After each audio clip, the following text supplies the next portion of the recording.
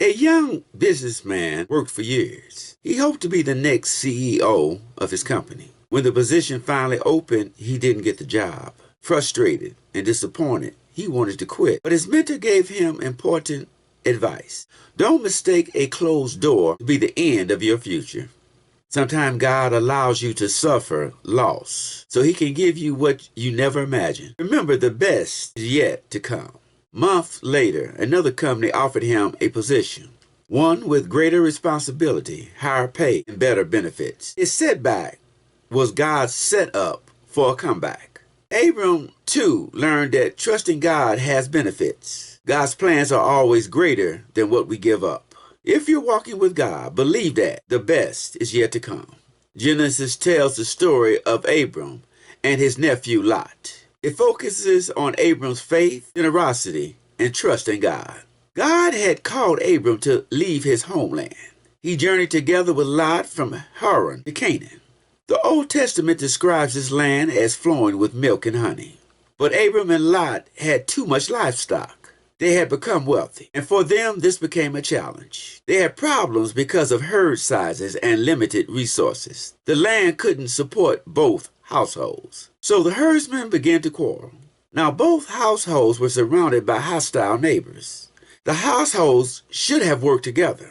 Instead, they let petty jealousy tear them apart. Similar problems occur today. Christians argue while Satan is running wild.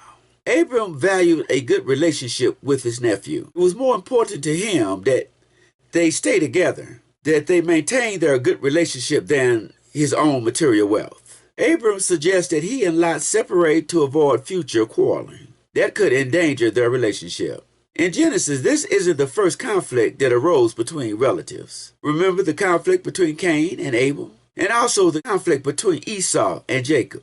Abram demonstrates humility and a spirit of peace. He was willing to waive his rights as the older party. He would let Lot choose what land he wanted first. This decision reflects Abram's trust in God to provide. Abram risked a great deal by allowing Lot to pick first. Abram let Lot choose what he wanted, and Abram would take what was left. Lot chooses the fertile Jordan Valley. He chose the fertile plain to increase his wealth. Lot's attitude is a common one in our society. Many believers close their eyes to ethical considerations. They're only about promotions, more money, and benefits. But you should never sacrifice righteousness for riches. You can't take that money with you when you die.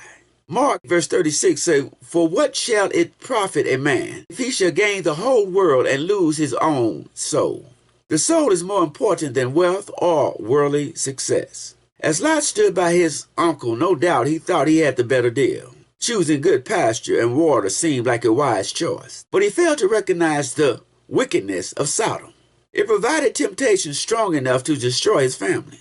Have you ever chose to live or work in a Sodom? You may resist temptation, but can your family? You may survive a drug-infested neighborhood, but will your family? Lot's character is revealed by his choice. He was greedy because he wanted the best for himself. He didn't think about fairness or the needs of his uncle Abram.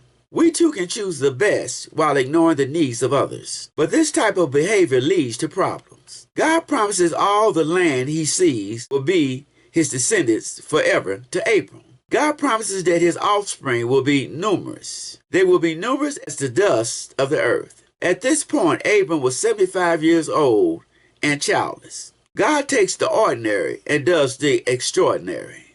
Abram let Lot have first choice. It looked like he had lost the negotiation. But when Lot walked away, God stepped in.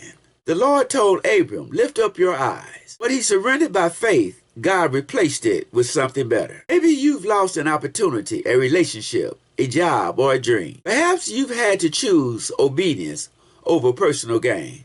When you put God first, he always has something greater in store. Remember, Lot chose by sight, but Abram walked by faith. Lot gained what looked good for the moment, but Abram received what would last forever.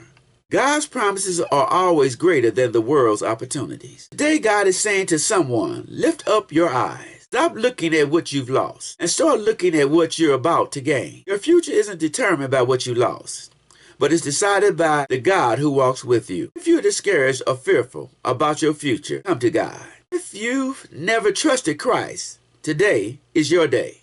you can receive the greatest promise of all, eternal life. Because if you're walking with God, the best is yet to come. He died on the cross so we could have something better. For the wages of sin is death, but the gift of God is eternal life. Death isn't the end because the best is yet to come. 1 Corinthians verse 9 says, eye has not seen, nor ear heard, nor have entered into the hearts of man the things which God has prepared for those who love him. Again, my friend, the best is yet to come for those who believe in the Lord.